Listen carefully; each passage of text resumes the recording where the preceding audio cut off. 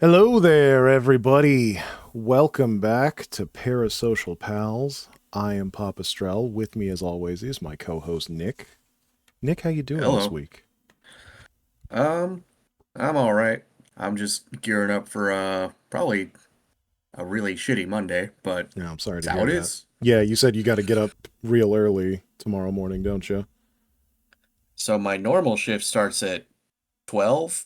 I'm going in at like 6. Holy shit! That is Yeah. incredibly early. That's a whole different Yeah. shift. It's a whole different shift because a whole different coworker decided he had to be at a destination wedding.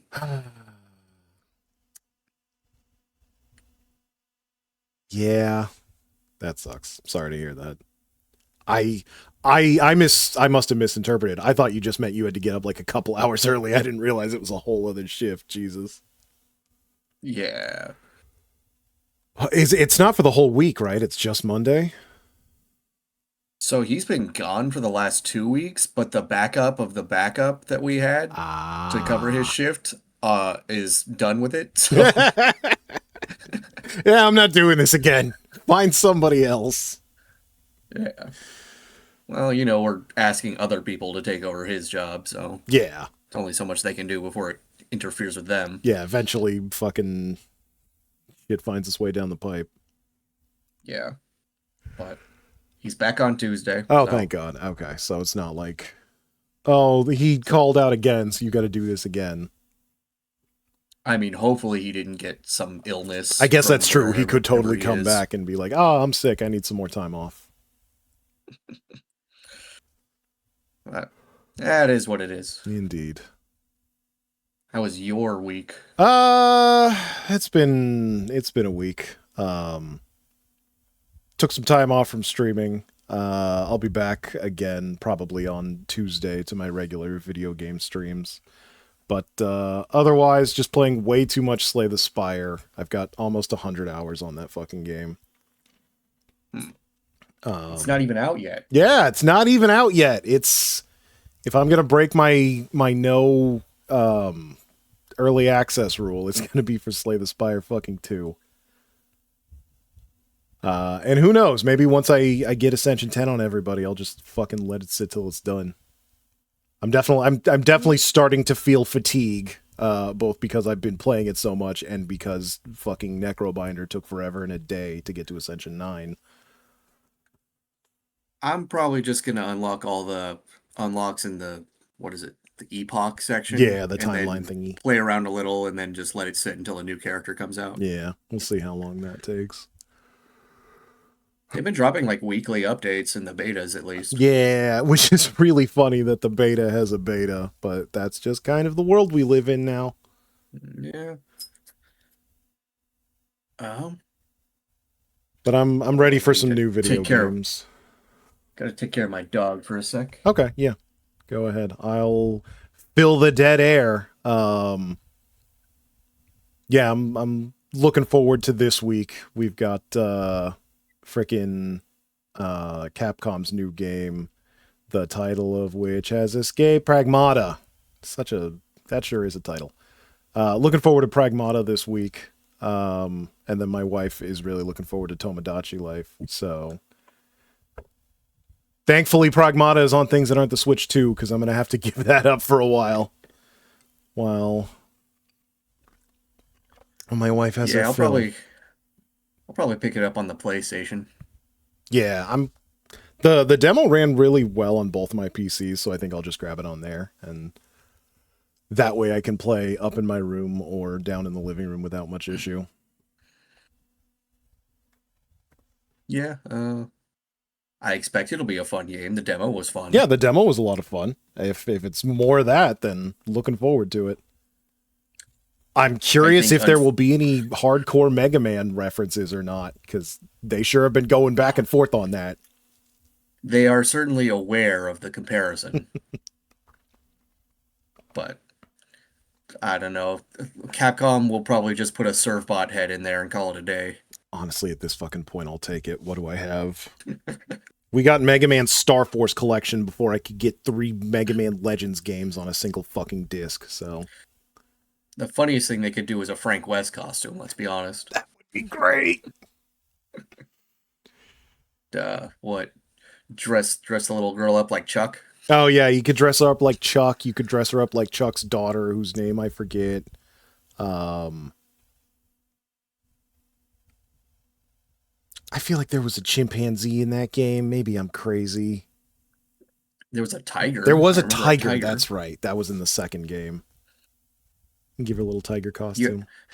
you had to get up real early to get that tiger. Yeah, I had to play that game a second time because I just killed the tiger, and then I learned, oh, you can recruit it if you feed it steak. Which, fun fact, feeding a tiger steak is way harder than you would think. I already think it's pretty hard, but yeah. Believe it or not, harder still. Oh, Turns out tigers don't want to be fed. Tigers want to hunt, much like a T-Rex. they are cats. They do love to kill. Yeah. So speaking Speaking of of things loving that to love to kill, should we get into the episode? yeah, let's talk about our Star Trek. I guess this is a Star Trek podcast, so we Yeah. should talk about that. So Yeah, it's a nerd podcast. Star Trek's just our excuse to be nerds. there you go, nerds on the internet. Who'd have thought? Breaking new ground with that one. Well, let's talk about our first episode. So this week we watched The Alternative Factor, a good episode, and The City. What is it? City on the Edge of Tomorrow. The City on the Edge of Tomorrow or Of Forever Forever. or something like that. A lot of words. Yeah. Yeah. That one's the good episode. Right now we're talking about the bad episode. Oh boy.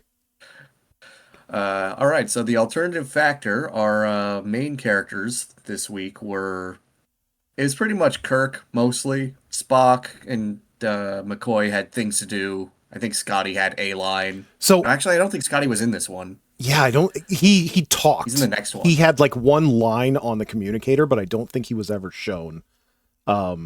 And Yeah. if I had known about this, I would have made a running tally. We should probably make a tally of like, is the episode good and is Sulu in it?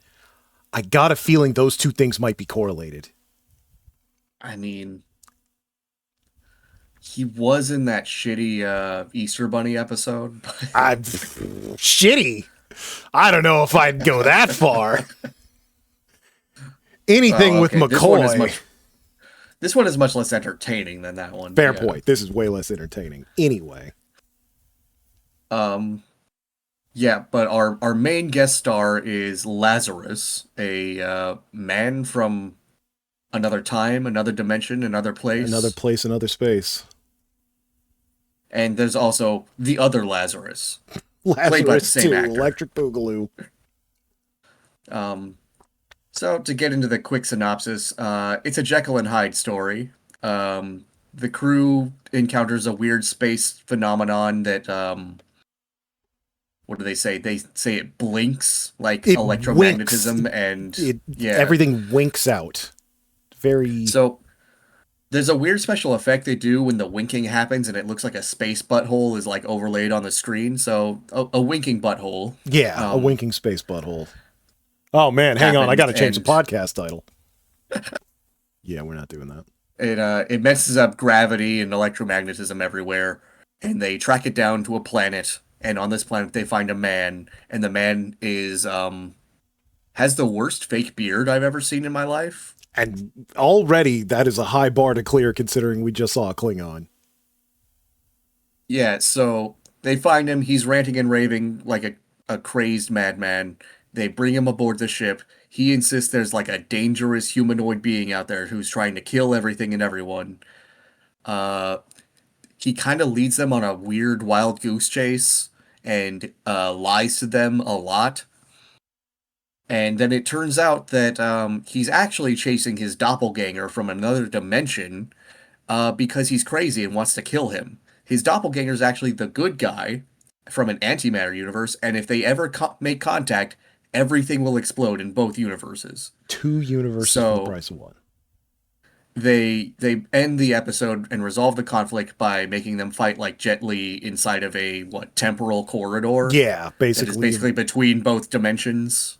Which is and the just only trap them time there it's forever. cool. That's the only time they can fight. So they're trapped in there forever. Kirk washes his hands of it and leaves. And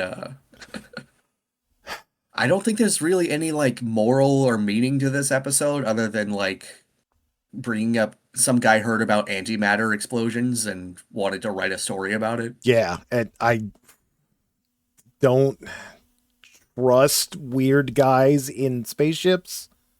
Uh, don't trust people with shitty beards. Yeah, it's a weird one. Like I'm gonna say this, he looked like a meth addict most of the time. The costume, like even by Star Trek standards, also very disheveled and very weird. It's kind of hard to argue with that. If nothing else, he certainly looked like a man out of time. So there is a slight explanation for this because there was a guy who was originally supposed to play that character. The original actor was John Drew Barrymore, also known as the father of Drew Barrymore, I I'm who glad you. That was going to be my first question. he was scheduled to begin filming, and then the day before he called the studio and said, "I'm not doing it." And so the new actor, Robert Brown, was a friend of William Shatner, and they just dragged him in same day Same. and told him, "Do go." Here's your lines. Here's a beard. Do it. So I'm assuming John Barrymore had like a long beard or something. I don't know. Yeah, I'm very curious. I never thought about Drew Barrymore's father before. That's a new one. I don't think they had time to do like a proper makeup test. Yeah, that makes a lot of sense. I had no idea that Drew Barrymore was the George Foreman Jr. of actresses. I mean, aren't they all Nepo babies at this point? Yeah, but George Foreman specifically is the only one I know of where all of the kids are named like Georgina Foreman and George Foreman Jr. and like every single one of them named after him. Anyway, back to the I knew topic. a guy named knew a guy named Donald. He was a Donald Jr. His kids were Danielle and Trey, short for Donald the Third. Danielle, boy, is that a choice. Yeah, I suppose there nice are. family though. That's family, though. Speaking of family, so yeah, like we mentioned, the episode opens with a teeny tiny Asian yeoman. I don't know if we've ever seen her before. I don't think so. And no Sulu, which is always a disappointment. I'm learning may or may not be an indicator of future disappointment. Whenever Sulu's not on screen, people should be asking, "Where's Sulu?" That's what I'm asking. That's what the people crave. They crave Sulu. And let's be honest, if Sulu's not in eye shot, he's probably getting into trouble. Probably. Someone does need to keep an eye on Sulu almost always. He's like that toddler who's able to reach the knife drawer. Yeah. It's just so much fun to run around with knives. I don't know. Like, you see a gun, you pick it up. All the day you have good luck.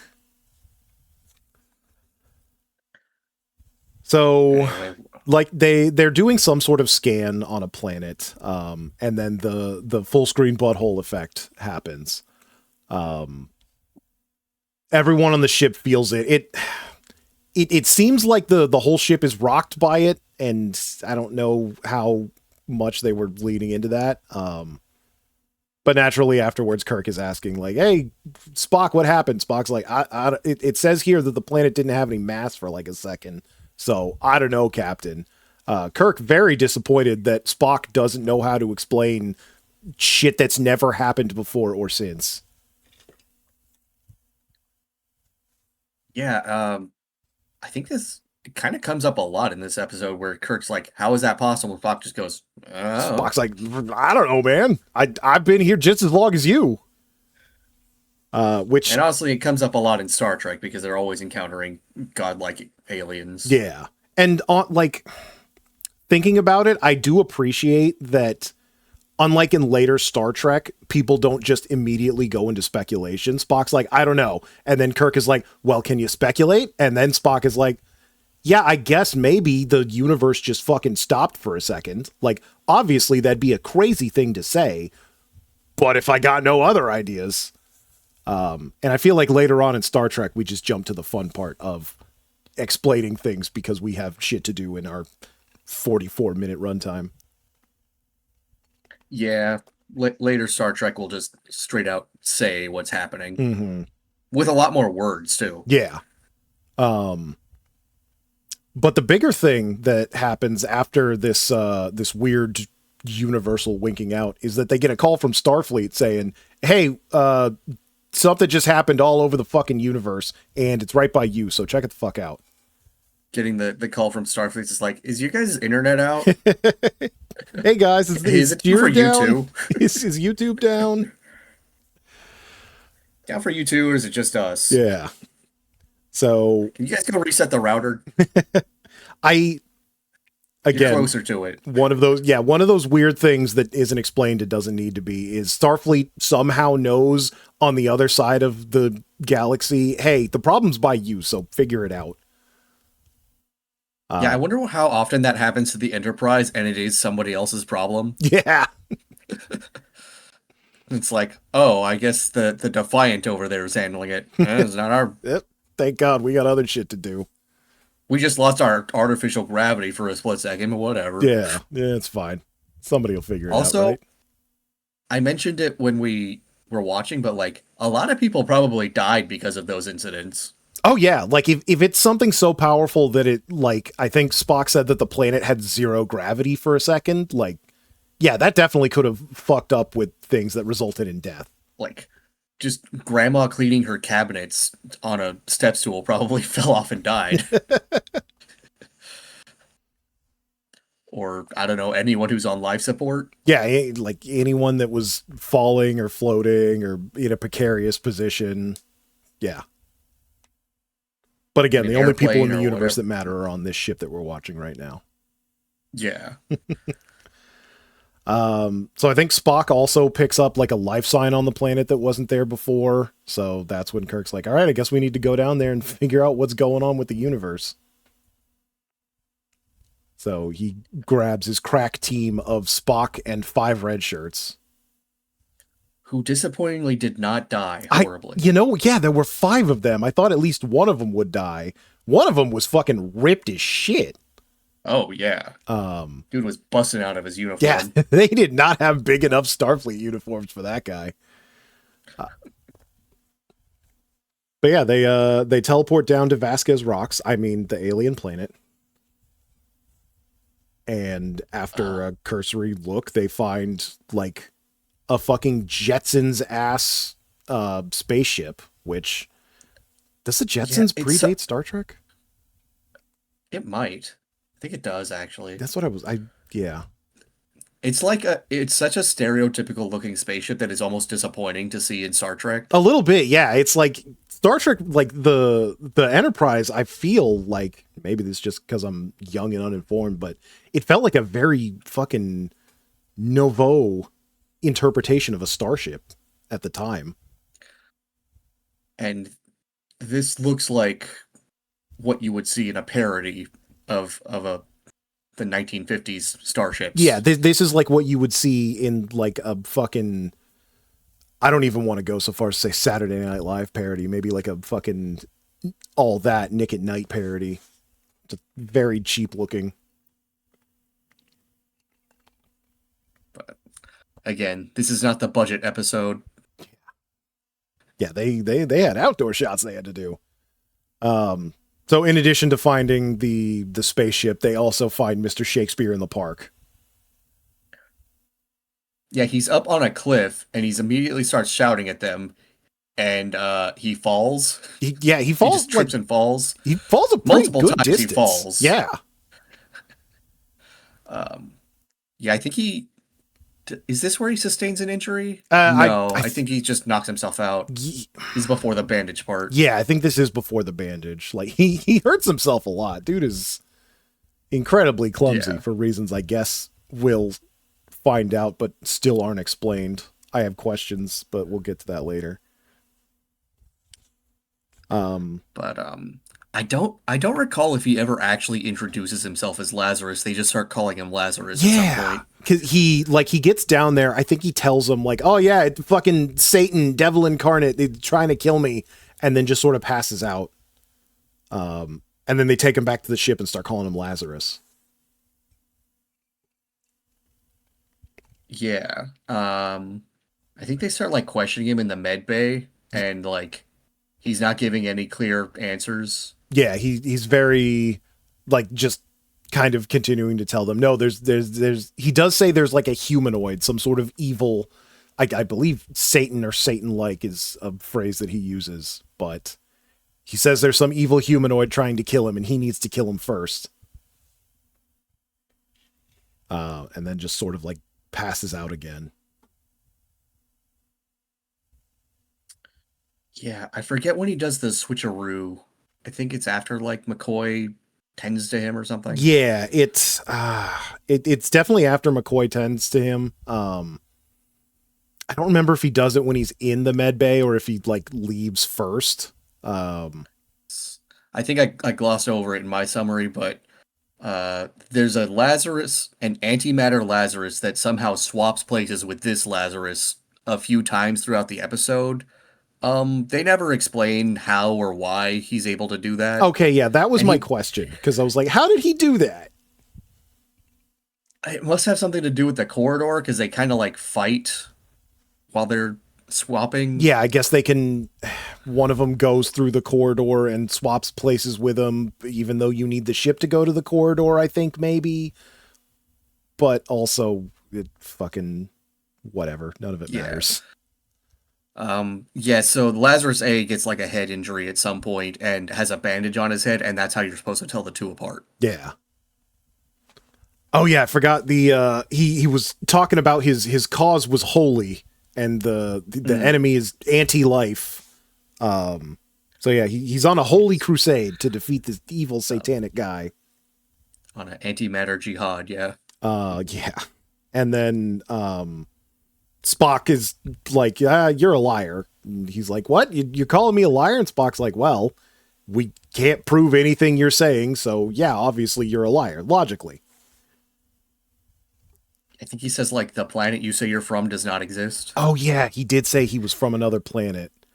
Because that's how he explained the spaceship, which spoilers is a time machine, which spoilers is a dimension machine. Yeah, he keeps changing his story up too. Yeah. Um, Um, I forget when does he start like stealing shit? I think it was like right after that. That's I wrote down the spinning artsy, so I think that was when we get our first really long corridor shot. And I think he's in a corridor of the Enterprise, and he's like, "Kill, kill, kill, kill," Mm. and then like uh, Kirk goes back to Med Bay and is talking to McCoy, and it's like, "Oh hey, where's the guy?" And he's like, "Ah, he just fucking left. I don't know." No, that must have been because I think that's when he talks to McCoy, and he's like, "Yeah, he had a cut on his head, and then I turned around for a second and turned back, and it was gone." And then he disappeared. And then he disappeared, even though I had looked at him and analyzed his head to see there was no injury. At some point after that, he disappeared. Yeah, one of the big complaints about this episode is that like the whole crew of the Enterprise acts very stupidly around a stranger in their ship. Yeah. Yeah, like Like we there's no security detail, no escort, no like why are you letting this guy roam around free? yeah, all made all the weirder by the fact that in previous episodes we have had like people that Kirk knows on the ship and they have like a security detail and are under constant watch. But the craziest man you've ever met calling for a fucking white boy jihad is like, nah, just fucking let him do whatever. It's fine.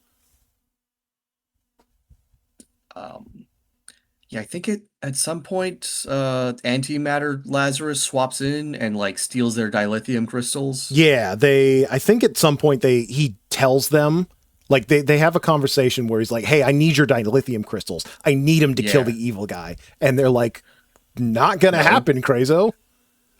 Yeah. And then he ends though they end up stolen, and they blame Lazarus, and he's like, "No, it was the other guy." No, it wasn't me. I don't know where they are, And but then I don't have them, and you can't prove it. I think they find another butthole on the planet and go down to investigate and bring Lazarus anyway because why not? Yeah, they're like, well, we definitely need to bring Lazarus with us everywhere. We definitely got to keep an eye on him for the rest of the episode. Fucking spoilers, they don't do Um, yeah, I think he ends up getting some anyway, and then starts assembling his ship again. that. Yeah, he like steals a bunch of dilithium. That was like, I think that was maybe his second transformation, and we noticed that he had way less beard than he did before. Yeah. Well, like there's the exterior outdoors shots and the Mm-hmm. interiors, and he had way more beard in the exteriors. Yeah, they definitely were shot at different times, and I wonder if they just like only had so many beard hairs to glue onto his face, and they lost some in transit, and they're like, fuck it, we don't even care about this episode.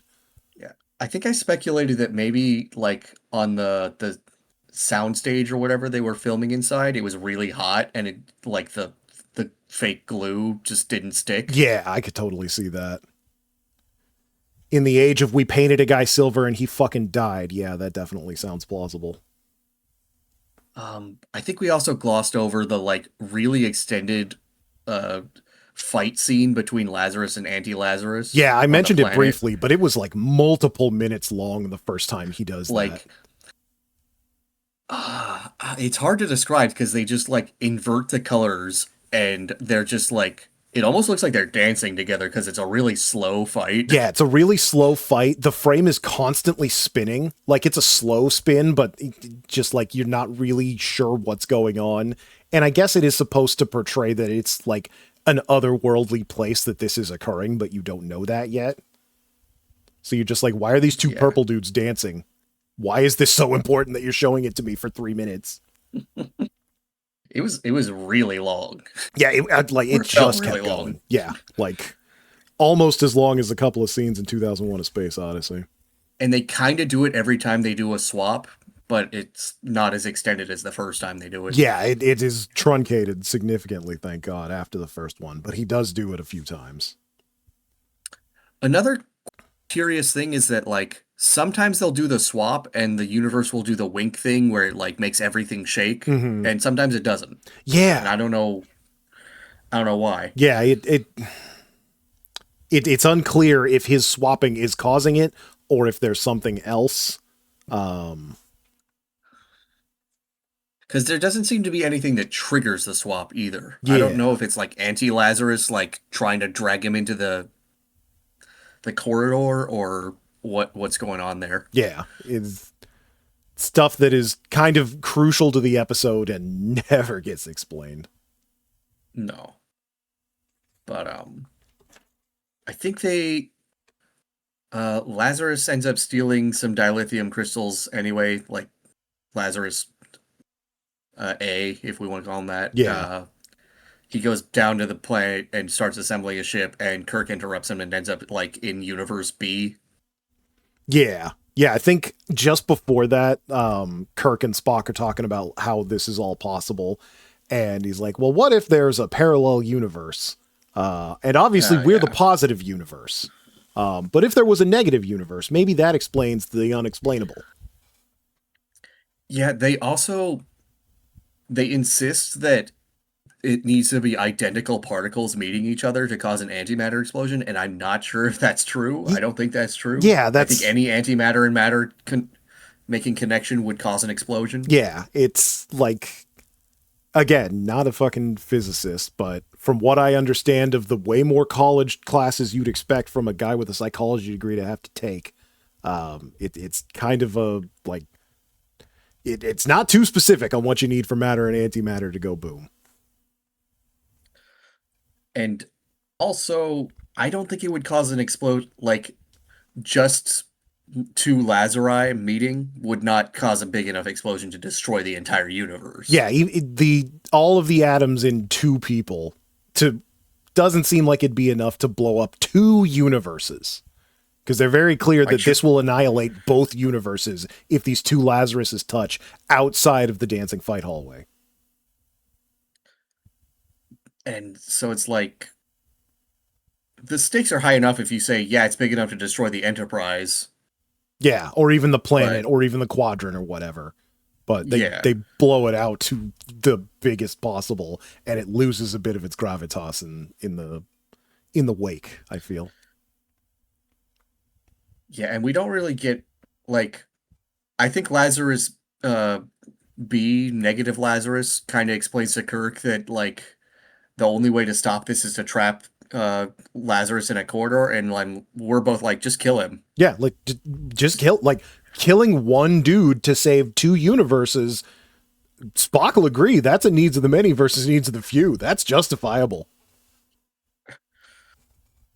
Like yeah, if he's never going to stop trying, then just kill him Yeah, just stop him. I will say because go ahead. just before that, Spock does drop a banger ass line where they've determined they haven't figured out that there's two Lazaruses, but they think that maybe there's like a Jekyll and Hyde thing, or he's just fucking crazy. Spock is like, Mm-hmm. madness has no purpose or reason, but it does have a goal, Mm. and that goal is fucking total annihilation. Yeah, I think negative Lazarus explains that like on Lazarus's planet or whatever, they discovered parallel universes, and that just drove him crazy because, like Jet Li, he needs to be the one. Yeah, and funnily enough, I think he like proposed it, so he was right, and it drove him crazy. Mm. And then Yeah, yeah, they he never go into detail about Lazarus's like society or anything, or how his planet got that way. yeah, they really don't even like the planet for all of the like one shot of Vasquez rocks we see is completely barren. Um, so it's unclear if he actually did travel forward or backward in time, or if any of it's hard to verify if anything he says is true, really. Yeah. Um, but yeah, Lazarus B has his own identical spaceship for some reason, Yeah. and he sends Kirk back so that Kirk can push Lazarus into his own ship at an inopportune moment Mm-hmm. to Yeah, trap him in the corridor. they're also specified that Lazarus can't make the jump at a time of his choosing. Um, Yeah, which maybe that's supposed to be talking about how it's a time machine, or maybe they're just like, we can't let him do it on its own. I think they're just saying they got to interrupt him before he's finished setting coordinates or whatever. Yeah, whatever he's planning on doing. Um, but I think his last words before getting pushed in are like, "I'm not ready I'm yet." not ready yet. Yeah. Um, yeah, they really set it up like because Lazarus B is also in the corridor, keeping him there, I suppose. Mm-hmm. And they really set it up like this is some sort of ultimate sacrifice that he's making that he doesn't need to make. Yeah, again, he could have like killed one of them, honestly. Like Lazarus B could have just been like, yo, if you kill me, then he can't touch me. Which yeah, no, I like either one of them. You didn't have to damn two people to an eternity of space corridor fighting. So actually, I think I understand what the logic is now. Hmm. So Lazarus B had to like wait for him in the corridor to stop him from passing through to the negative universe, where if they touched, everything would blow up. Yeah. So while he's fighting Lazarus in the corridor, they need to blow up the ship, which would somehow blow up both ships in both universes, thus trapping them there forever. Yeah, he did mention like if you destroy one ship, you destroy the other, and I guess those are like keeping the door open or something. Which that doesn't even make sense by the logic of the episode because Lazarus gets beat the fuck up and nothing ever happens to the other Lazarus. Yeah, they both sustain separate injuries that when they swap are completely swapped. So Just harming one ship would not necessarily harm the other. yeah, Within the logic of the own it's a bad episode. it's not a good episode. So yeah, they trap both Lazaruses in the doorway. Kirk goes back to the ship. He's like, hey, blow the fuck out of that ship. Nobody questions this, by the way. They do what the fucking captain says. And the captain says, fire this entire starship at that one little piece of fucking tin. And then they Eh, fucking leave. yeah. And then they try to end it with like what they think is a really hard line. But what of Lazarus? But what of What of Lazarus? Lazarus? Yeah. It's like, all right, man. This I don't give a fuck about Yeah, Lazarus. I care about my universe not blowing up, and that's about it. Maybe he made a call to Starfleet later and be like, "Hey, took care of the problem. Don't worry about it." But yeah, I think this is one of the first references to dilithium crystals, though. Yeah, they do mention dilithium crystals. We get to see them. They're like, They're weird orange blocks. yeah. So, have you ever had one of those like the weird sort of like flat water bottle ice packs for a lunchbox? It looked Yeah, like one of yeah, those, but big and yellow. yeah. Honestly, it reminds me of one of the cell culture flasks because they're kind of squarish like that. Oh, really? My wife might know more about that. Yeah. But yeah. See if I can get it Oh yeah, grab a image for you. Put it in the Discord. Discord so we can show it to all the fine people at home on this audio podcast. Actually, I think it's uploaded as a video podcast because I'm too lazy to do otherwise. Can I just like grab this and put it in? Probably. No, I need to. Do I need to actually save this? Put a new tab. No. Can I open image in new tab? Yeah. Not just let me click and drag. Yeah, no, we unfortunately evolved past click and drag to things that are much worse and more complicated. Technology went backwards and it fucking sucks. Mm-mm-mm. Where's my downloads? There we go. Yeah, that's what I'm thinking of. I don't know where you put it. I can't see it. Oh, because I did not hit enter. Oh, I've never seen anything like that. Huh. Yeah, It's roughly the same shape. yeah, yeah, it is roughly the same shape. Yeah, maybe it's modeled after like a much older version. I don't feel like putting that on screen. That's going to take too much effort. So y'all just have to imagine a tiny square bottle that kind of looks like a ship with a Coke top on it. Just imagine or imagine yourself Googling the word cell culture flask, and you'll see it immediately in the image results. There you go. Imagine, because I sure as hell ain't going to do it after all that. Anyway, City on the Edge of Forever is an episode of Star Trek. Yes, this is a better episode. Much better episode. Thank God.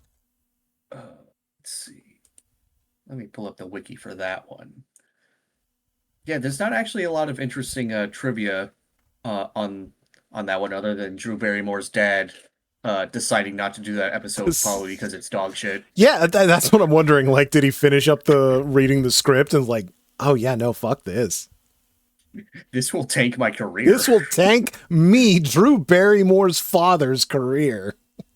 I wonder, did a methed out McCoy prevent him from doing that episode, and thus causing Drew Barrymore to come into existence, Changing so the that we could course all of enjoy Charlie's history Angels?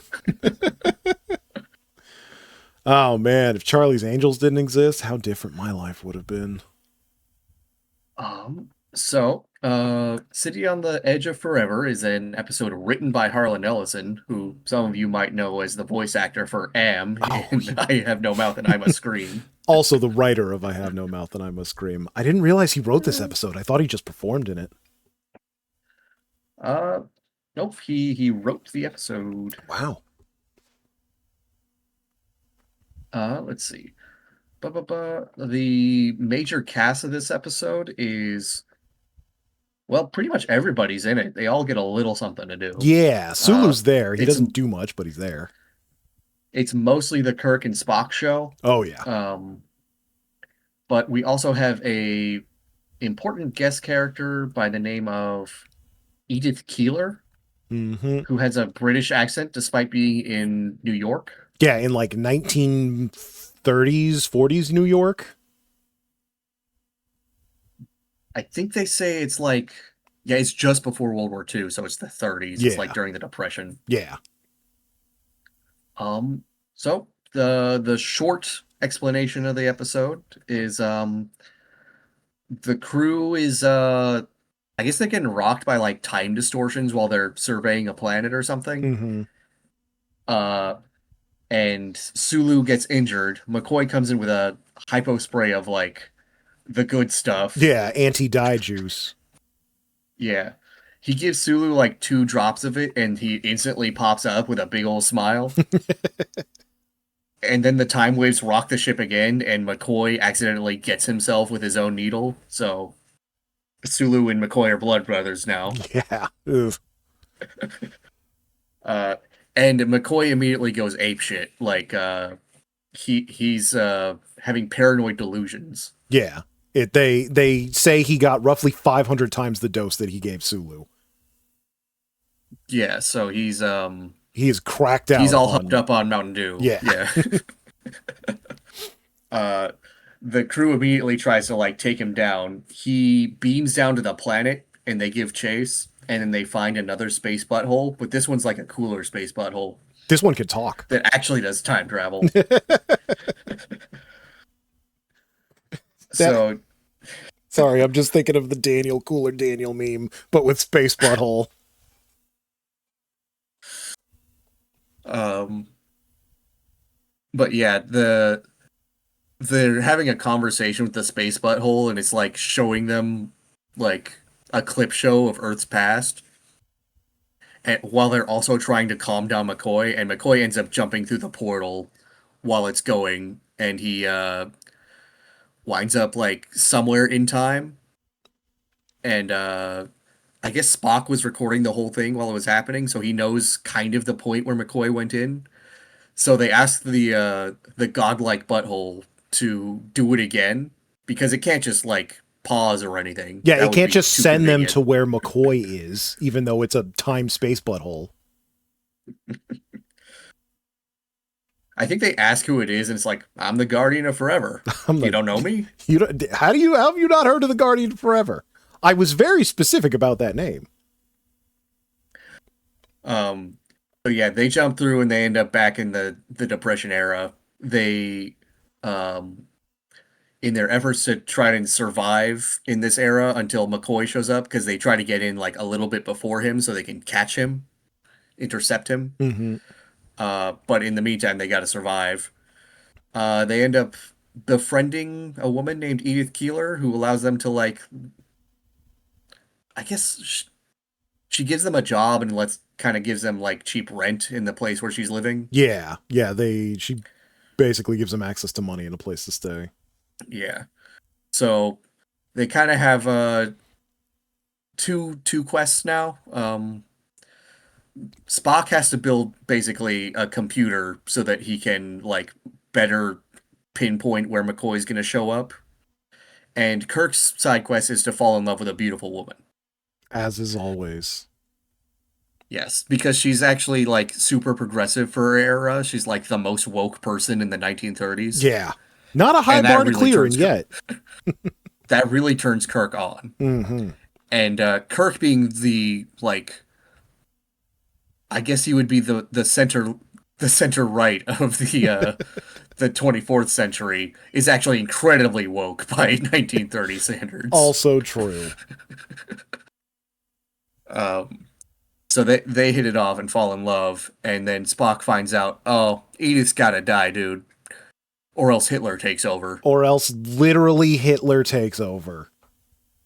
And then McCoy shows up, and that actually doesn't pay off a lot because he kind of just gets better on his own. Yeah.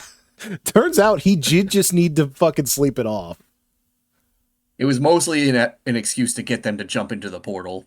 Yeah, which is I don't know why they brought fucking whacked out McCoy down there in the first place. Oh no, he went there himself. Anyway, continue Yeah, with the he jumped in on his own volition and yeah. then somehow wiped out all of the future. Yeah. Um, but yeah, it ends with Kirk kind of saves her life a few times, on instinct, and then when it finally has to happen, he just lets it happen. And then McCoy's like, "What the fuck, dude?" And he's like, I had to do I it." had to. Also, like, we'll get into this, but she was nursing McCoy back to health. So not only does he Mhm. let her die, he stops McCoy from saving her. Yeah.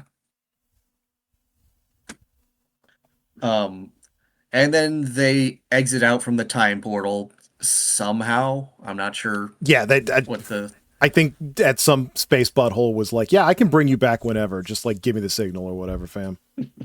and once they're out, the space butthole is like, so we can do that as many times as you guys like. You want to do it again?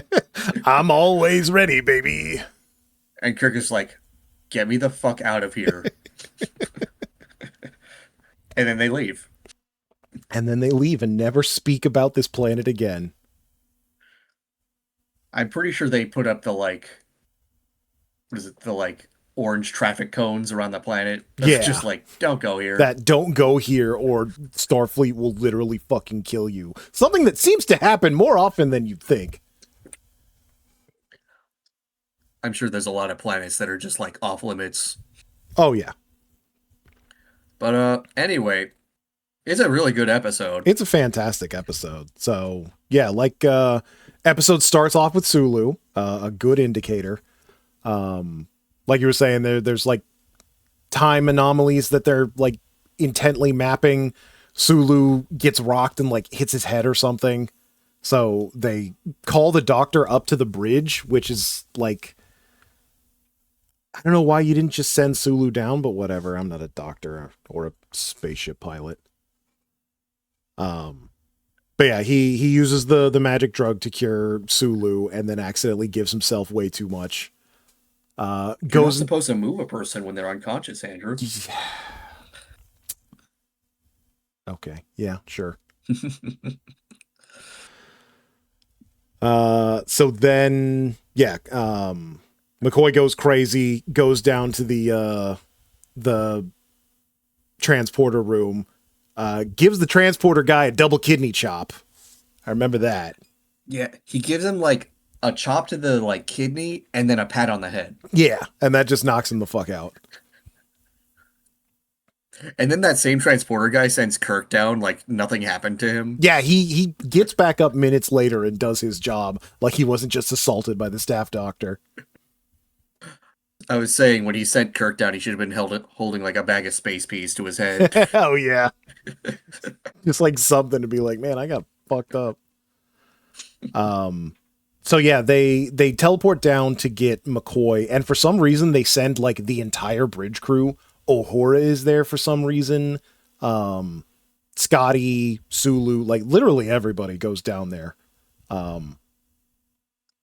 don't even think they bring any like red shirts or security guys, which you would think you would want for crazed out McCoy. I think the only guy they don't put down on the planet is Sulu Oh yeah, because he's in medbay. because he's in medbay after his head injury and just a little bit of meth. But yeah, they get down to this mysterious time wave planet, and it's the ring that I know as the one from the Star Trek episode of Futurama because I did all this in the wrong order. Yeah, I mean they just put all of the famous stuff in that episode, didn't they? Mm-hmm. Yeah, basically just like copied that set and then a bunch of other stuff, some of which I've seen, some of which I haven't. They don't get into it at all, but there's like a bunch of like Corinthian pillars around. So I guess it was some sort Yeah. of civilization at some point. Not talked I about. think Doesn't matter. when they beam down, they say the ruins go on as far as the eyes can see. Hmm. So there was probably like a great civilization here, and all that's left is the butthole. All that's left is the time butthole, who doesn't talk about it. He's just showing reruns of Earth history for some reason. I assume he knows everyone's history, but he He's just showing Earth history because there's Earthlings here. Yeah, I guess that makes sense. But yeah, McCoy has gone full goblin mode. He's straight up goleming around. He's got like weird Yeah, pink polka dots on his face. he's hiding behind rocks. My precious I think the line he keeps repeating is "Killers, assassins." assassins. Yeah, they mentioned briefly like, oh, that much a drug makes you super paranoid. So he's like, yeah, everyone's a killer and an assassin and out to get me. But he says it much louder and a lot. I mean, they kind of are out to get him for most of the episode Mm-hmm. for his own good, but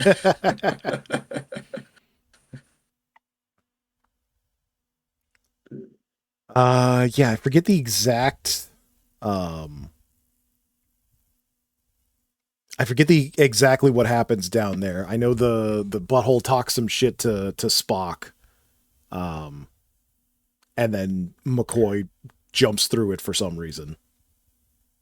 yeah, I think he calls Spock like primitive, and he gets real offended by that. Yeah, he's like, "How I'm the smartest motherfucker here." But yeah, Uh, it's showing video of Earth history, and Spock is recording it because he's a nerd and might as well. You're here, and then McCoy jumps through, and they're like, "What happened?" He time traveled to wherever my screen was because that's what I do. And then time is destroyed in a very weird way. yeah, so I'm not sure what the logic of it is, if it's the Guardian protecting them or whatever, but apparently all of like Earth history is changed, and so the Enterprise does not exist anymore. Yeah, they Like try to call up to the Enterprise and they get literally nothing. they have no idea what's happened on Earth, but they know that there's no contacting the Enterprise. They're stranded on that planet. Yeah. But everyone that was there is still there. It's not like they died or got unborn or even though Spock like super shouldn't be there, but yeah, there's like a an anti time bubble around the butthole or whatever. I'm just gonna chalk it up to the influence of the Guardian. Mm-hmm. That makes sense. But yeah, they realize that McCoy has fucked up time but good. So Spock is like, well, I guess we got to try the butthole. Gotcha. Yep. Um, I'm wondering where they got all of the stock footage for the like clip show that they're showing, because like they're showing like Egypt and stuff before that. Yeah, I'm curious how much of it is just like clips from other like movies that Paramount, what is it, Paramount back in the 60s owned at the time? And I think the implication is that there's like a lot more information that were than what we're able to see on film. Yeah, they get into this a little bit later, but it seems like Spock like had recordings of like newspapers and shit, and I don't know if that came from the butthole or if it was just stored on his PDA or whatever. But yeah, it is a wellspring of information. Yeah. Although I think like if it were a TNG tricorder, they would have been able to just do what Spock does Yeah. in this episode, just with their equipment. Well, yeah, they've got the bullshit tricorder one, whereas the future they have tricorder B. Much like the phasers, it's just better in every way. But yeah, I guess they have to like take the quantum leap that'll take them home, right? Yeah, they do their quantum leap. They figure we should get there before McCoy so we can stop him from doing whatever undid the Enterprise. But the butthole does not offer any help. But they're like, all right, well, we got here either like a couple weeks or a month before McCoy. Absolutely no information on that. But they find themselves stranded in 1930s New York. Yeah, the first thing they got to do is find clothes. Yeah, everyone's looking at them real weird, both because their clothes are weird. Oh, and because Spock's a fucking alien, I guess.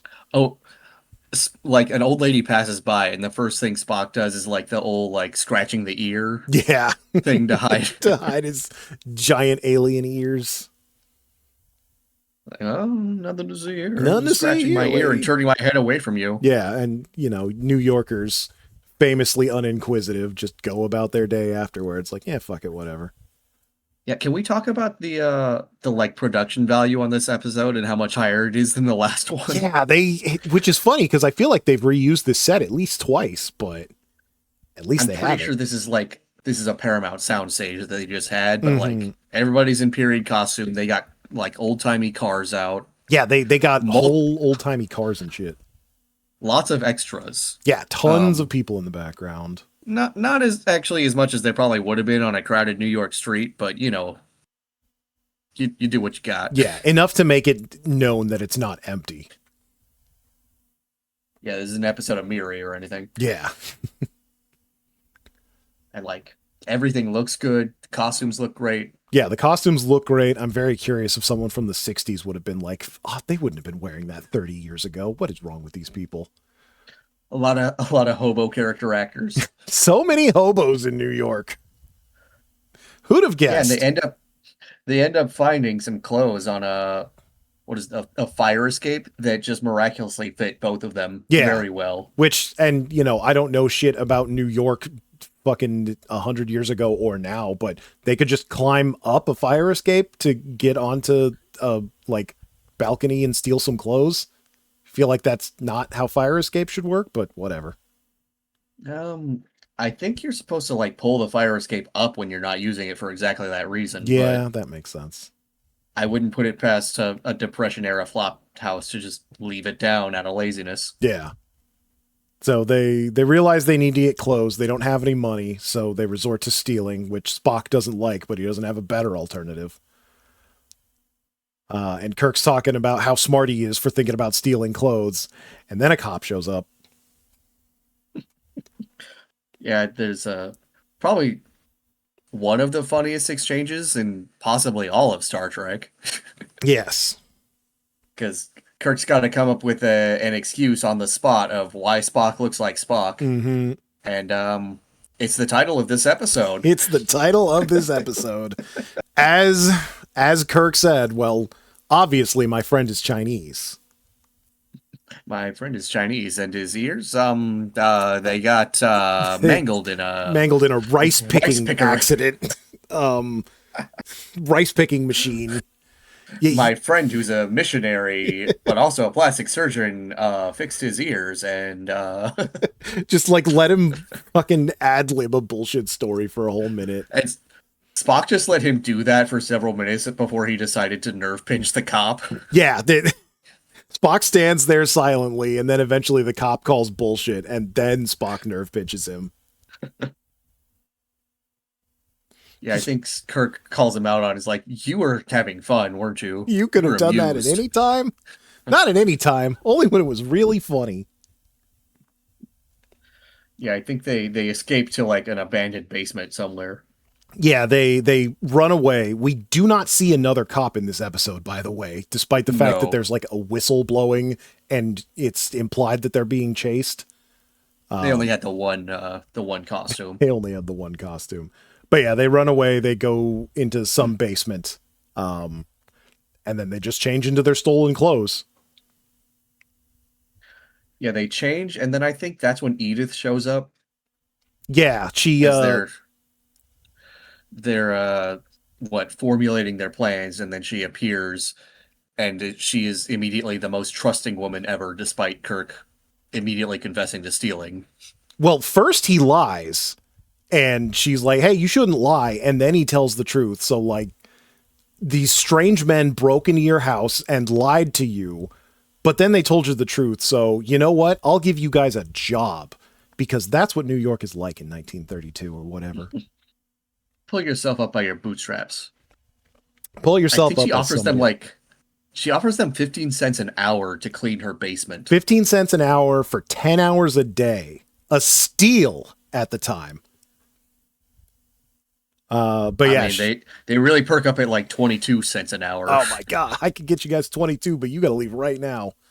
So yeah, fucking brawny man Kirk and like fucking Gene Spock, which there's got to be like a toy of that somewhere, right? I bet they made that.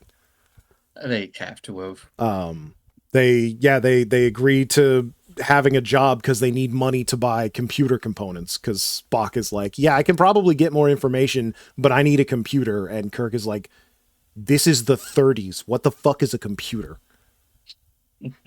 There's kind of a running gag throughout the episode where Spock is asking for like ridiculous things to build his computer. Yeah, it. Kirk's like, I didn't think about it till now, but I I don't want to say stole, but that sentiment is mirrored in Back to the Future when Marty's talking to old 1950s Doc, like, I need some plutonium. He's like, plutonium?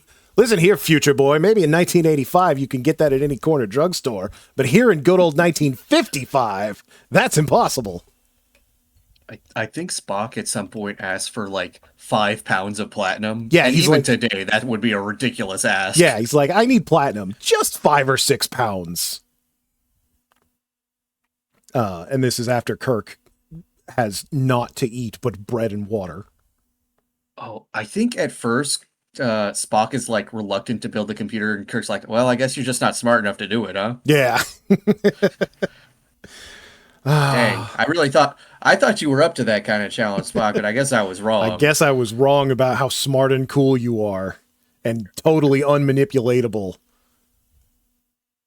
Spock's like, "I'm not going to be talked down by two buttholes today." So yeah, they get their job, they clean the basement to future satisfaction, I suppose. Lady's Mhm. very impressed by that.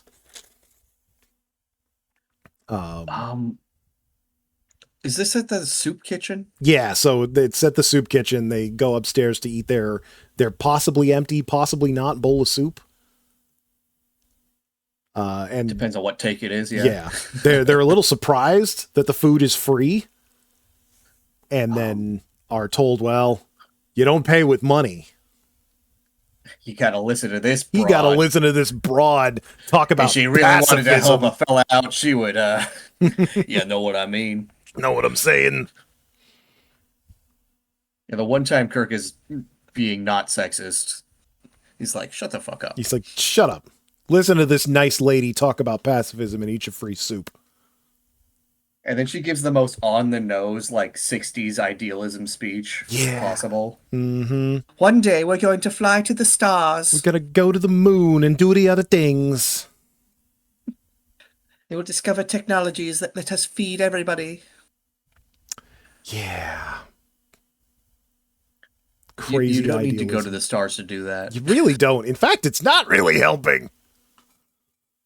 Let me tell you, Mars ain't no place to raise a kid. But they need moms. Yeah, because it ain't no place to raise a kid. No goats on Mars. Got it. But yeah, I think this is where like Kirk starts falling for her because she's the coolest woman in the what 20th century. Yeah. Yeah, that is technically the 20th century. Yeah, we basically get like a 15 minutes of like slice of life. Kirk and Spock living in an apartment. Kirk comes home from a long day at the, I don't know, fucking cancer factory. And Spock's sitting there making a radio computer out of like fucking bones. I'm just gonna say, if they wanted to make a sitcom spin-off of just this, they coulda. I was going to say, if this was the 90s, they would have. They absolutely would have. Kirk in his iconic red flannel and Spock in his iconic beanie. Beanie and like I corduroy shirt. I don't know. It was weird. A little third rock from the sun. Yeah. The will they won't they with Edith Keeler. Yeah. And each other. They could do both. They just have to hint at it a little harder. She does kind of yaoi bait a little bit A little when bit. they first meet because she's like, "You Spock, you look like you've always been by his side. Oh yeah, she does like hint at like, oh yeah, I know something's up, but I don't want to prove it. And he. Why did he call you captain? Why did he call Did you you serve together?" in the Navy?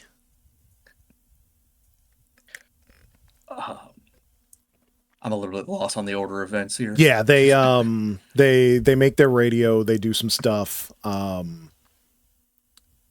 I think eventually Spock is able to get a computer running, and he figures out, okay, so it looks like either Edith Keeler dies or the Nazis win World War II, and we don't know if those two things are connected yet. Yeah, he's seeing two possible futures through his computation device. Yeah, and then it explodes and he needs a new one. So they're not able to get any more information.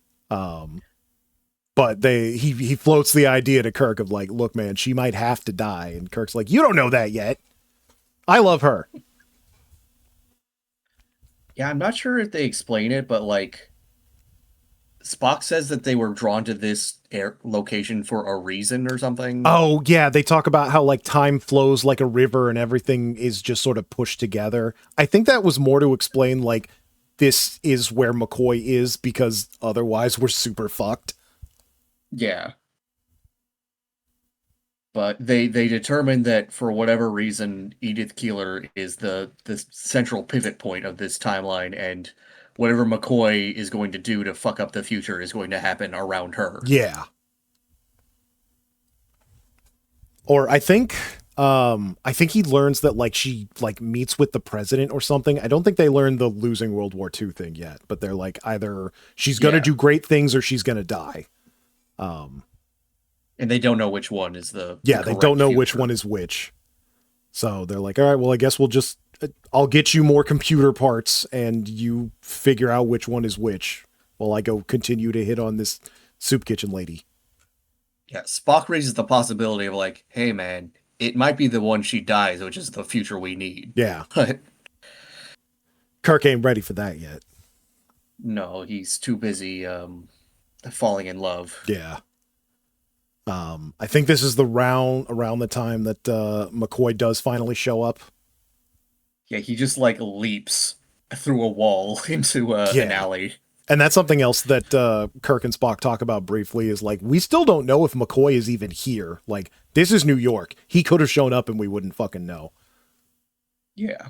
But they don't have any way to track him, so just keep your eyes out. And then he appears. I think the scene where he appears opens with a bum stealing milk. Yeah, that's why I wrote old Milky McCoy. A porch pirate stealing a bottle of milk off of someone's doorstep. There's a bum watching a milkman deliver milk, and as he drives away, he goes and steals that milk. Fucking, that's at least 25 cents of milk, you fucking bum. And then that whole thing is a setup for him to drop the bottle when McCoy accosts him. Yeah. McCoy jumps out of nowhere and just starts attacking. Still crazy high as fuck. Assassins! Murderers! So the funny thing is, like, of all the people, he trusts the bum immediately. He's like, you! Where are the assassins? They're after both of us! and then the bum runs and he's like, I'm not gonna kill you! I'm not gonna kill you! Come on, man, we're in this together. There's assassins, but I'm not one of them. Yeah, he ends up, like, doing a Jason Bourne chase scene with his bum. And, like, flags him down in an alley and just starts ranting at him. Just ranting and raving, and the bum's like, hey, man, you need to lay off that wood alky. So, there is actually a really good character moment here for Bones in that, like, he starts, like, openly weeping about how barbaric medicine was in the past. Yeah. And, it reveals a lot about him and his like empathy for others and his his feelings on medicine. Yeah, his like this isn't just a job. Medicine is his life. It's his fucking calling. And he's literally in tears thinking about all the horrible medical practices of the 1930s. Like, he considers sutures to be barbaric. Yeah, he's like, they just cut you open and sew you up like a fucking garment. Because this is McCoy, and his favorite thing is to shoot people up with meth. His favorite things are shooting you up with meth and a Georgia mint julep. Goes down smooth. But yeah, I think he ends up passing out after ranting like that. Yeah, he goes crazy. He scares off the bum and then passes out. And I think he's found by Edith. So the bum like steals his phaser or something Oh and ends yeah, up killing and then himself, kills and him. nothing comes of that. Yeah, that's right. Guess that wasn't an important bum. So I feel like a a future television show would have made a bigger deal about that phaser just wandering around New York Oh, that would come in back like two 1930s. seasons later as a whole fucking story arc. Yeah, But in today's this Star Trek, yeah, that's just a thing that that's happens. just a thing that happens right before the commercial break. I forget how he winds up with Edith. Does she just find him on I, the street? yeah, I'm pretty sure she just finds him on the street. I don't remember exactly either. Because No, he finds his way to the soup kitchen and oh, he's that's getting right. coffee and she's serving it and she's like, "Oh my god, you have like pink polka dots. What the fuck is wrong with you?" Oh, yeah, he's also convinced that he's in like some kind of simulation or something. Yeah, because he realizes he's in the 30s. I think he asked the bum like, "Hey, what year is it?" And he's like, "1930 something." Um, And then he starts manhandling the dude's cranium, being like, oh "Oh, yeah, that's a good phrenology. yeah, he goes full You must be phrenology on human." the guy. Yeah, you're not an alien. You must be human or a remarkable simulation. I forgot about that. But yeah, he goes into the place ranting and raving, and he's like, "Oh, he's just an extra crazy drunk. I'll put him in my room. That's the safest place for him." You take a sip of the old wood alky. Too much wood alky there, buddy.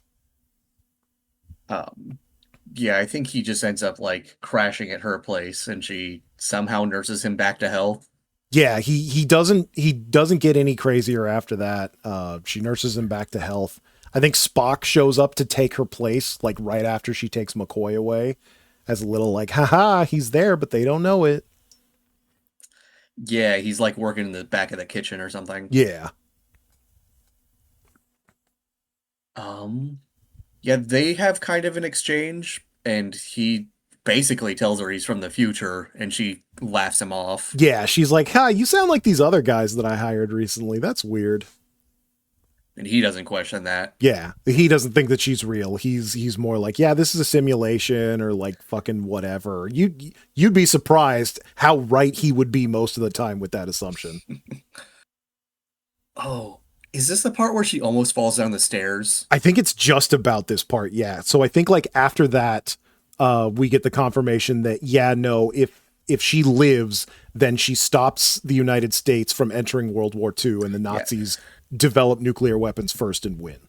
She becomes such a leader of a pacifist movement that the Americans do not enter the war. And as we all know, Americans were the pivotal power The in World War coolest, II. strongest, best people ever. That's what my history book says. Not the like millions of Russian soldiers who Nope, invaded West Germany or East Germany. never heard of them. Not France, not England. They didn't do anything. Fuck It was all no. America. All America, all the time. Just ask Dr. Seuss. I'm sure there's a lot of historians who debate whether Europe could have won without America, but Oh I yeah. I kind of think I think the losses would have been greater, but I don't think the Nazis could sustain what they were doing. Yeah, that's the one thing that I'm always told is like the real winner is the fact that they decided to fight a war on multiple fronts. But this isn't a They history do say, podcast. Hmm? I guess the episode does explain that the Nazis were able to obtain nuclear technology before the Yeah, Americans, that's what and they that's say what is gave them is the global pivotal dominance. point. Yeah, their amazing V2s were able to deliver those nukes and win the war. Um, but yeah, that is what they cite as like the real reason is we weren't working on nukes because we weren't in a war, and then they did and they won. Yeah, I'm curious because I don't know what Roddenberry's take on nuclear power is. Yeah, Like, that's a like as a veteran, he's obviously pro World War II, but yeah. I'm not sure what his stance on nukes was. Yeah, that's because now that I think about it, like instead of using nuclear power, which would have been fairly futuristic at the time, like they just use a brand new, completely different thing. And I wonder if that was deliberate to not talk about nuclear power, or if he's just like, it's more future if I make up a new thing. I think it might have just been more future-y to use unobtainium. Yeah. God, I hate the word unobtainium. Unless we're talking about hit movie The Core.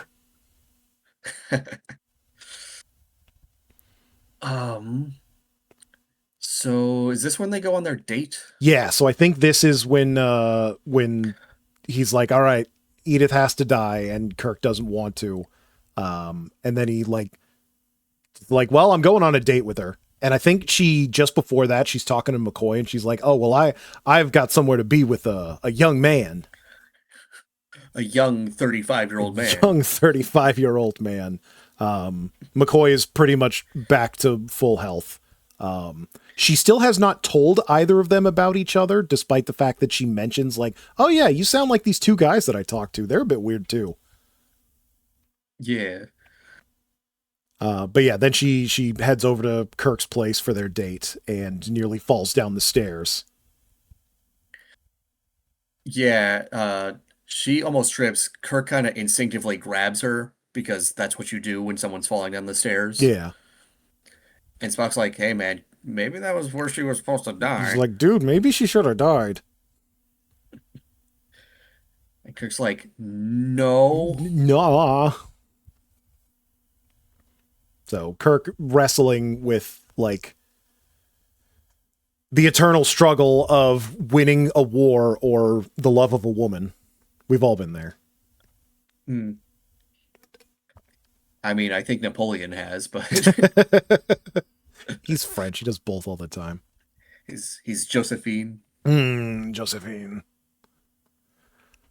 But yeah, there's a conversation where maybe it was after that. I have this written down after the Nazi thing, but McCoy is talking to Edith and he's like, well, I'm a surgeon, not a psychiatrist. Yeah, she mentions her two friends who sound as crazy as him, and he's like, yeah I can't diagnose that. Whatever. He basically, the point being, McCoy does not even consider the fact, he still doesn't believe this is real, even though like the drug is worn off and he's fully lucid. I think he's like hyper hungover and he just does not give a shit about anything right now. That could also be it. It's like, man, I don't fucking what am I gonna do here? I want to close my eyes and not exist. But yeah, then Kirk and Edith start heading. They're going to see a Clark Gable film, I believe, specifically.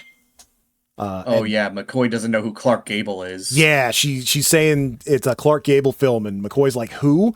And Edith takes this like almost insultingly, like, you've never heard of Clark fucking Gable? Yeah, dear viewers, dear Gen Z viewers, who hasn't heard of Clark Gable? Who hasn't heard of Clark Gable in the year of our Lord 1933? Only a troglodyte living under a rock hasn't heard of Clark Gable. Only a man from the future hasn't heard of Clark Gable. Fucking idiot. Fucking stupid doctor that knows more about wood alky than he does suturing up a fucking kidney.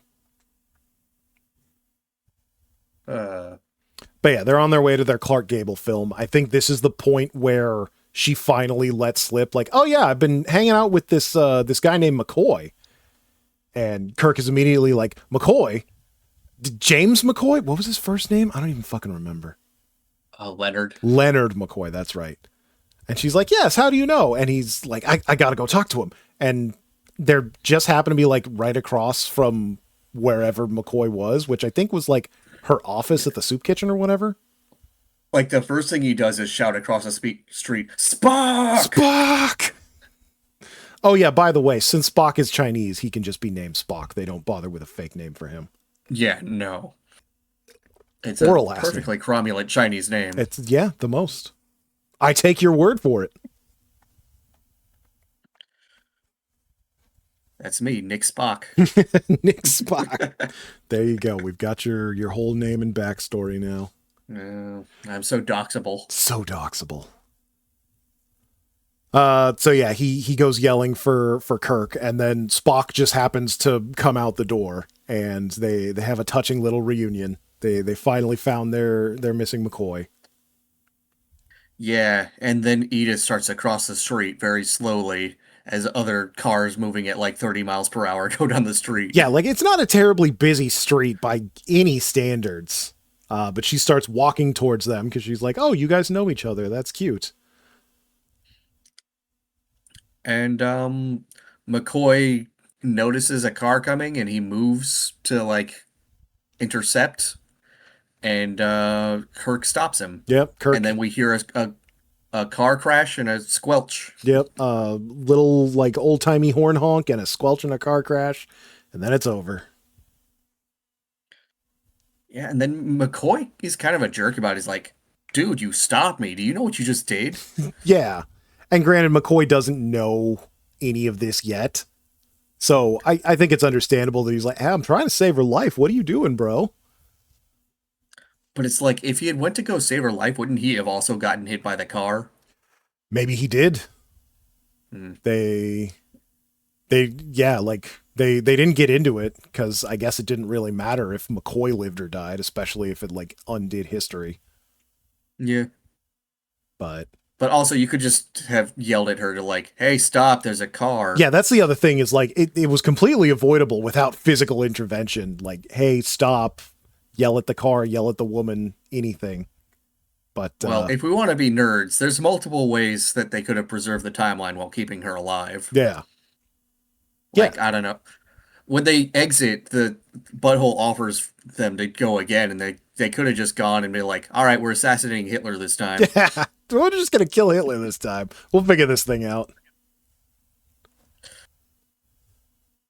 But they didn't want to get into that. No, they had to wrap They're the trying to set up episode a up. tragic love story here. Yeah, That would just get in the way of that. too much. So yeah, the Edith dies. They exit the time butthole. We don't know how. It's practically a fucking smash cut to that. Um, I think Scotty mentions, "What are you guys doing back? You just left like a second ago." Yeah. So to them, literally no time has passed, but all of them have been in the time butthole for like weeks or months. I it it feels like for Kirk and Spock, it was at least like a couple months, maybe. Yeah, at least a month, I think. But yeah, it long enough to fucking set up a whole fucking home routine. For McCoy, it might have been just like a day or two. Maybe yeah, a couple of days, maybe a week. There were I think at least a couple of shots of him like still sick in the office room. Hmm. But yeah, to the crew outside the time butthole, it basically no time has passed, and then I think the time butthole is like, yeah, everything's good now. You can go again if you want, and they're like, fuck that. They leave without even saying goodbye. Yeah, seriously, I were the Harland Ellison time butthole, I'd be a little offended. So something about the time butthole, the Guardian of Forever, Mm-hmm. that I notice is so in like 1960s, the godlike voice just sounds like a stern older man. Mm-hmm. But I feel like in like a modern production, they would have done the thing with like overlapping male and female voices. Yeah, yeah, something to make it Because sound more otherworldly. I think in our modern conception of like a godlike being is something more androgynous, and in the past it would have just been like, yeah, it's an old dude. Yeah, it's a dude. Fucking obviously.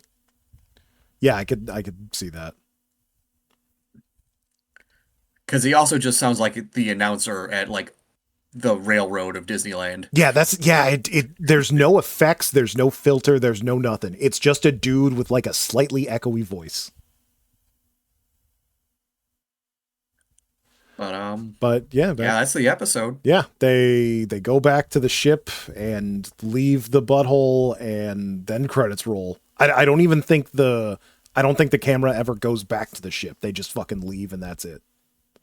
Yeah, they kind of there's no like freeze frame laugh track at the end. Yeah, there's no HR violation, there's no lessons learned, there's just all right, back to work. Yeah, it's more of a love story than a morals story. Definitely, yeah. And even then, like the science fiction element of it, it's kind of interesting, but it's really more about the would you let someone you love die if it meant saving the world? Yeah. Kind of moral dilemma It, there. it it's funny how many like parallels there are to the previous episode and how much better all of them are than the previous episode. Yeah. So there is an interesting episode of Deep Space Nine that'll come up later Ooh. where Cisco gets sent back in time to I think the 90s, the late 90s. Oh no. Or no, maybe it was like it might have been like the 2010s or something like that. It's some like for the 90s, some nebulous near future point Mm-hmm. where there were like a lot of it wasn't race riots, it was like class riots. Mm. They rounded up all the poor people into cities like Arkham City, Oh.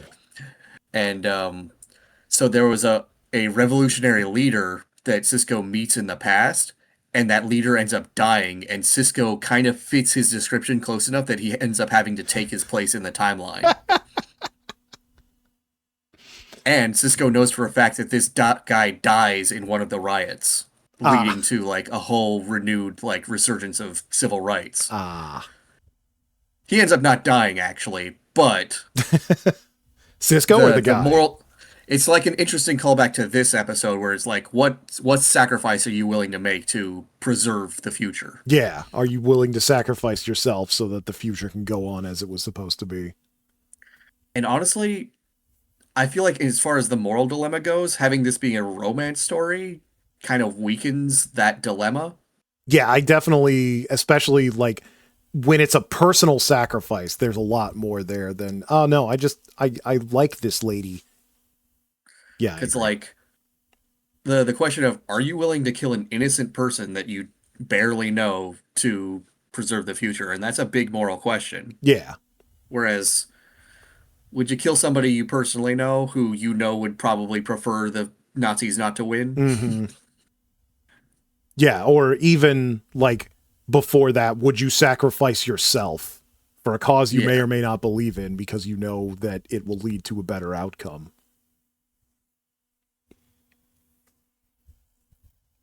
But in this, it's kind of like a question of how selfish is Kirk going to be to save someone he loves Yeah. over like the moral question of sacrificing an innocent person. Yeah. Which, to be fair, is I don't think a moral quandary he's had to deal with as of yet. Because Don't most of the think so. times the women he's interested in are either not real, just straight up evil, or no, I Oh, guess that's about it, huh? yeah, I think a lot of his past flames are just like an illusion of a past flame, Yeah. or it's a robot chick that wants to make out with him real bad, It's just the robots need Kirk. or it's a lawyer. Yeah, or it's a weird space lawyer that may or may not have been real. I don't think that was clear. Uh, anyway, we want to rank them. Yeah, let's get to the ranking. So we'll start with the alternative factor. Ooh, I would put it somewhere around Charlie X. That's what I was thinking. I was thinking, I mean, Mud's Women is at least funny, yeah, Mud's Women is at least fun and interesting. Yeah, it's got to be below Mud's Women then. yeah. Sorry, Miri, Because you're this one is close, but alternative. Well, Miri disgusted me actively. yeah, Alternative factor is just kind of like confusing and weird. yeah. City of the Edge of Forever is probably somewhere up at the top. That's what I was thinking. Very near the top. What have we got? Balance of Terror. No Man's Gone Before. Mm, personally, I'd put it below Balance of Terror. Yeah, definitely below Balance of Terror is. I think the real question is above or below where No Man's Gone Before. They both have that aspect of like Kirk did actually have to sacrifice his friend in that one. Yeah, Not someone, not a woman he loved, but a friend he loved. yeah.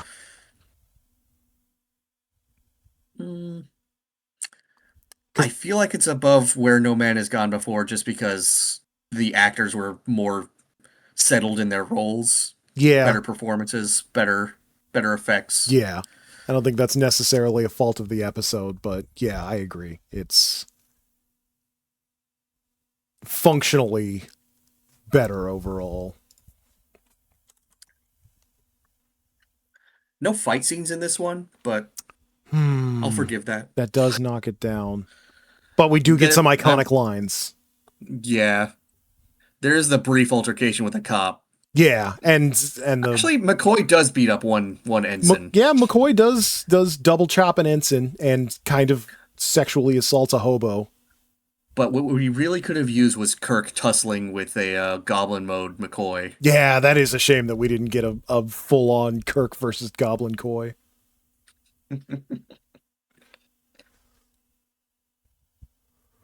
Also, would have been great if like he was too methed out to be Vulcan nerve pinch. That would have been really funny actually. If Yeah, Spock went for it and McCoy just gave him an uppercut. and he just Jim, my powers don't work on him.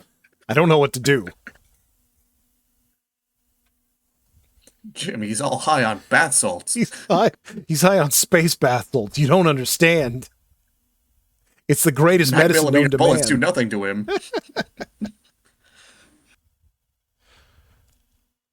Oh, All right, what have we what do we got got coming up? next? Where is the list that I have? Coming up next is Operation Annihilate, which is one that I remember not being that good. And Amok Time. Ooh, that one's a classic.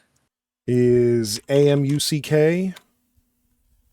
AMOK. Okay. Amok. Yeah, that's probably how that word's supposed to be spelled. Amok time. That's a Spock centric episode. Ooh, a Spocky, you say? Actually, am I? Oh, yeah. So Amok Time is the first episode of season 2. Oh, shit. So we are going to see Chekhov for the first time. Finally, there we go. The man So who's Operation dead Annihilate center. is our season finale. Ooh. And yeah. I wonder if it plays like a season finale. Did they do that back in the 60s? I don't even know. I don't think so, because I don't think they aired these in the order they were making them. That makes sense, yeah.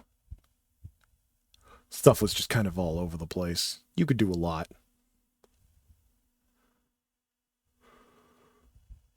All right, well, we've got our setup for probably next week. Mm-hmm. I think that's about it. I don't have any plans for next week, so Hell yeah. if same. anything about that changes, I will be mad. Yeah, same. Yeah, I don't think I have anything. Got jury duty this week. If that affects my weekend, I'm going to be super pissed. Tell them you love and or hate minorities, depending on... I hate whatever the thing you like.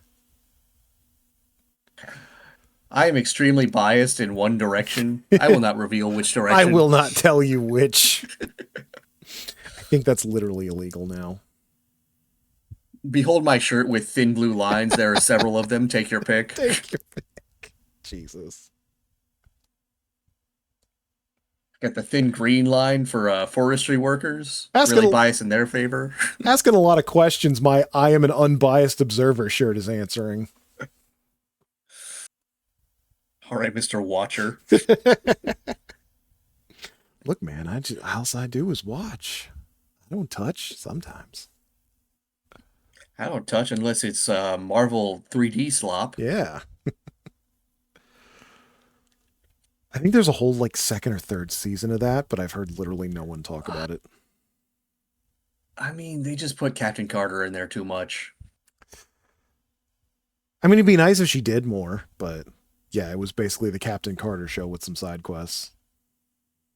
Like, I don't think that TV producers these days understand what an anthology show is. Yeah, the whole point and is what that, the appeal of an anthology is. Yeah. Because, like, I was fine with the first Captain Carter episode, and even the second, but But when it, too much. yeah, no, I agree. It's kind of funny how television flip flops like that.